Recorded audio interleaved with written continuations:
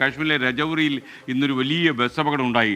150 അടി താഴ്ചയിലേക്ക് ഒരു ബസ് മറിഞ്ഞ് 21 പേർ മരിച്ചു എന്ന വാർത്തയാണ് വരുന്നത്. അതിലേതാണ്ട് 30ഓളം ആളുകൾക്ക് പരിക്കേറ്റിട്ടുണ്ടെന്നും വാർത്തയുണ്ട്. അത്രയും വലിയൊരു അപകടമാണ് രജൌരിയിൽ നടന്നത്.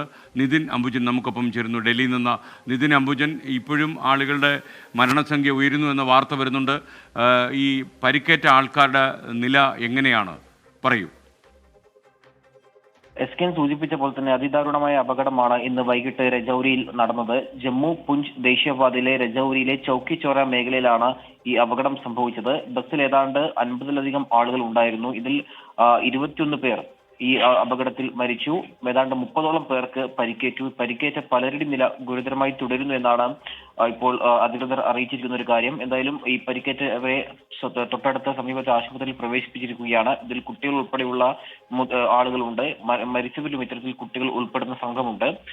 പ്രധാനപ്പെട്ട കാര്യം, ഹരിയാനയിലെ കുരുക്ഷേത്രയിൽ നിന്ന് ശിവഖേര എന്ന ജമ്മു കശ്മീരിലെ ഒരു തീർത്ഥാടന കേന്ദ്രത്തിലേക്ക് പോകുന്ന ബസ്സാണ്, തീർത്ഥാടകരുമായി പോയ ബസ്സാണ് അപകടത്തിൽപ്പെട്ടത്. നിയന്ത്രണം വിട്ടാണ് ബസ് 150 അടി താഴ്ചയിലേക്ക് പോയത്. അങ്ങനെയാണ് ഈ അപകടം സംഭവിച്ചെന്നാണ് ദൃക്സാക്ഷികൾ പറയുന്ന ഒരു കാര്യം.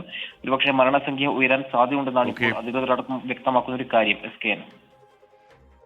ഓക്കെ, നിതിൻ അംബുജനാണ് വിവരങ്ങൾ നൽകിയത്. കാശ്മീരിലെ രജൌരിയിലാണ് അപകടം നടന്നത്. ഈ ബസ് അപകടത്തിൽ 21 പേർ മരിച്ചു, 30 പേർക്ക് പരിക്കേറ്റു എന്ന വാർത്തയാണ്. വിധി ദിനത്തിൽ 24 മാജിക് ജൂൺ 4 ചൊവ്വാഴ്ച രാവിലെ 5 മണി മുതൽ 24-ൽ.